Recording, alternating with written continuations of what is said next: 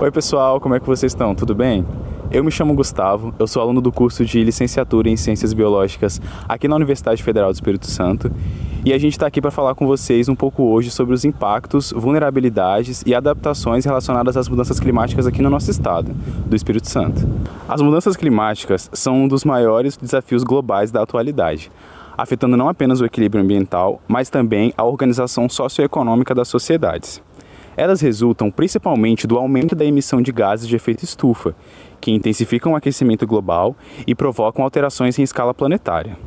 No contexto do Espírito Santo, esses fenômenos assumem contornos específicos, vinculados à localização geográfica, às características socioeconômicas, às atividades agrícolas e industriais vulneráveis a oscilações climáticas. Ou seja, o aumento das temperaturas médias, a irregularidade das chuvas e a intensificação dos eventos climáticos extremos, como enchentes e secas, têm se tornado cada vez mais frequentes no nosso estado. Esses fatores impactam diretamente a biodiversidade, a saúde e as condições agrícolas da vida de várias comunidades vulneráveis. Além de danos ambientais imediatos, esses processos eles escancaram desigualdades sociais e fragilidades humanas já existentes, tornando necessário compreender não apenas os impactos físicos, mas também os efeitos sociais e econômicos dessas mudanças. Dessa forma, essa introdução deve situar o público no problema central. As mudanças climáticas não são um fenômeno distante e abstrato. Muito pelo contrário, são uma realidade presente no Espírito Santo, com efeitos observáveis em diferentes regiões e diferentes grupos populacionais. É fundamental que os professores entendam esse cenário para que possam trabalhar o tema dentro de sala de aula, de forma crítica e contextualizada. Quanto aos impactos que isso ocorre aqui no nosso estado, falando dos ecossistemas capixabas, como áreas de cerrado, mata atlântica, zonas costeiras, já apresentam sinais claros dessa transformação, devido às mudanças climáticas extremas. Estudos da UFES e da CEAMA projetam que a temperatura média do estado pode aumentar entre 3,5 em um estado moderado e ultrapassar 4,5 graus em cenários extremos, até o fim do século. Essas alterações não apenas aumentam os riscos de incêndios florestais e estiagem, mas também aumentam a ameaça à biodiversidade local. Espécies de pequenos mamíferos, aves, anfíbios e outros correm risco de perder habitats essenciais e até outras 40 espécies podem sofrer com reduções críticas à sua distribuição. O desequilíbrio ecológico afeta ainda os serviços ambientais fundamentais, como a regulação climática, a purificação da água e a polinização por insetos. A degradação desses serviços repercute diretamente na agricultura e na saúde humana, mostrando a interconexão entre o ambiente natural e a vida cotidiana da população. Quanto aos recursos hídricos, a redução da precipitação e o aumento da evapotranspiração têm gerado déficits hídricos em diversas regiões do estado, sobretudo no norte. Aliás, no Atlas Climatológico do INCAPé, aponta que pequenos ecossistemas de abastecimento rural estão sob risco de colapso, afetando comunidades que já convivem com a baixa disponibilidade de água. Além disso, rios como o Rio Doce e seus afluentes têm apresentado volumes reduzidos, comprometendo não apenas o abastecimento humano, mas também a geração de energia, a irrigação agrícola e outras áreas. Esse cenário intensifica conflitos pelo uso da água, especialmente entre áreas urbanas, industriais e produtores rurais, exigindo políticas de gestão hídrica mais integradas e eficazes com essa população. Entrando na agricultura, que é a base da economia capixaba, esse é um dos setores mais afetados. O café Conilon, um símbolo do nosso estado, pode registrar uma queda de até 40% na produtividade em regiões sem irrigação eficiente. Esses eventos climáticos extremos, como secas prolongadas, também favorecem o surgimento de pragas, como a broca do café e o bicho mineiro, que aumentam consideravelmente os custos de produção e também a vulnerabilidade dos agricultores. Isso compromete a renda de diversas famílias e ameaça a segurança alimentar regional e a economia de todo o nosso estado. Além disso, a migração de lavouras para regiões mais altas, em busca de temperaturas mais amenas, pode aumentar a pressão sobre áreas de preservação ambiental, agravando muito o desmatamento e o desequilíbrio dos ecossistemas que dependem dessas regiões para funcionarem de maneira saudável. Quanto à saúde pública, a saúde da nossa população também sofre diretamente com os efeitos do aquecimento global. Nas cidades, o fenômeno das ilhas de calor intensifica doenças respiratórias e cardiovasculares, enquanto enchentes e secas aumentam o risco de doenças infecciosas como a leptospirose e gastroenterites. Além dos impactos físicos, há também consequências psicológicas, como o aumento de casos de ansiedade, depressão e transtornos de estresse pós-traumático entre populações afetadas por esses desastres. Os impactos não são distribuídos de forma igual. Populações urbanas e periféricas, além das de áreas rurais com menor infraestrutura, sofrem bem mais, evidenciando que a crise climática também é uma questão de justiça social. Tudo isso aflora uma questão fundamental: a desigualdade. As desigualdades amplificam os efeitos das mudanças climáticas, tornando algumas populações mais vulneráveis do que outras. O conceito de justiça climática ajuda a compreender essa realidade.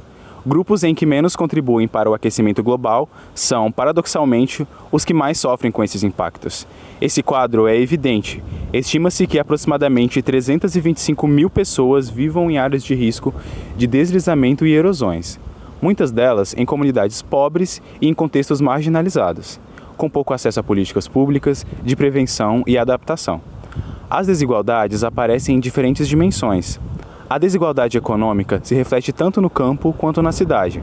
Agricultores familiares e trabalhadores rurais sofrem com secas prolongadas, falta de irrigação e insegurança alimentar, enquanto moradores de periferias urbanas enfrentam enchentes recorrentes, falta de drenagem adequada e uma infraestrutura precária.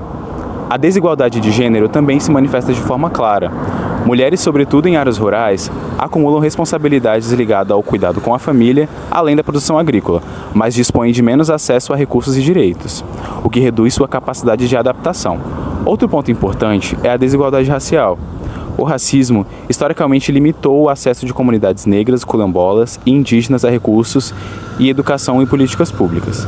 Esse quadro faz com que esses grupos estejam entre os mais expostos aos impactos das mudanças climáticas, como a redução dos recifes costeiros, a perda da pesca artesanal e outros riscos de desastres em áreas de ocupação. Além disso, muitas vezes são excluídos de processos de tomada de decisão e do acesso de políticas de mitigação e adaptação. Dessa forma, os efeitos climáticos acabam por reforçar desigualdades já existentes, aprofundando vulnerabilidades históricas e também adaptações. Bom, pessoal, eu me chamo Ivan e vou falar agora um pouco com vocês sobre as estratégias de adaptações relacionadas às mudanças climáticas no nosso estado, o Espírito Santo. Essas estratégias envolvem a integração de políticas públicas, avanços institucionais e práticas sustentáveis em diferentes setores. A Política Estadual de Mudanças Climáticas, instituída pela Lei 9.531 de 2010, estabelece diretrizes para a redução de emissões de gases de efeito estufa, inventário de emissões e ações adaptativas. A partir dela, foram criados instrumentos como o Fórum Capixaba de Mudanças Climáticas, em 2019, e o Programa Capixaba de Mudanças Climáticas, o PCMC, em 2023, que tem como objetivo articular e coordenar políticas públicas voltadas para a mitigação e adaptação climática no nosso estado.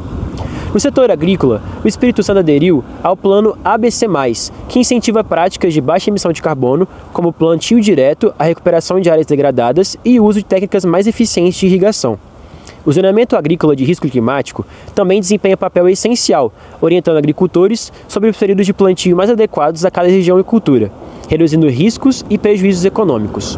Na saúde, o Plano Estadual de Mudanças Climáticas prevê medidas como a vigilância em saúde ambiental, a prevenção de desastres e fortalecimento da resiliência urbana, pontos fundamentais diante de enchentes, ondas de calor e períodos de seca, que já afetam a nossa população capixaba.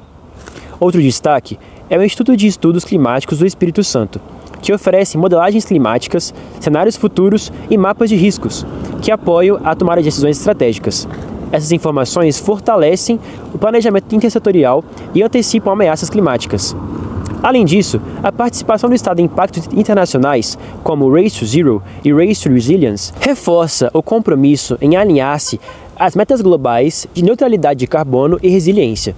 Apesar desses avanços, ainda existem desafios, como a necessidade de maior integração entre setores, a interiorização das políticas públicas e o fortalecimento das comunidades mais vulneráveis, que muitas vezes carecem de apoio técnico e financeiro para se adaptarem aos impactos já em curso. Bom, pessoal, mediante todo esse contexto, a crise climática já se manifesta de forma concreta no nosso estado, o Espírito Santo, trazendo impactos ambientais, sociais e econômicos, que se espalham por diferentes setores e atingem principalmente as populações mais vulneráveis. Embora o Estado tenha avançado na formulação de políticas e programas voltados à mitigação e adaptação, ainda há desafios expressivos em termos de integração entre setores, descentralização das políticas e proteção efetiva das comunidades mais expostas. A crise climática não é apenas um problema ambiental, mas também social e econômico, pois aprofunda desigualdades já existentes e pressiona setores estratégicos como a agricultura, a saúde pública e a organização urbana.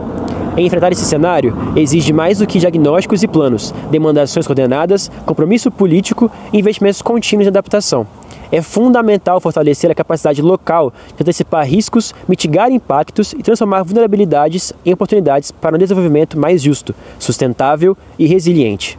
Bom, pessoal, esse foi o nosso trabalho. Nós falamos um pouco sobre os impactos, vulnerabilidades e adaptações. No entanto, com isso em mente, fica evidente que é necessário que existam mais estudos de estratégias de mitigação para essas mudanças climáticas. E é um pouco disso que você vai poder conferir em outros vídeos aqui do nosso canal. É isso, muito obrigado.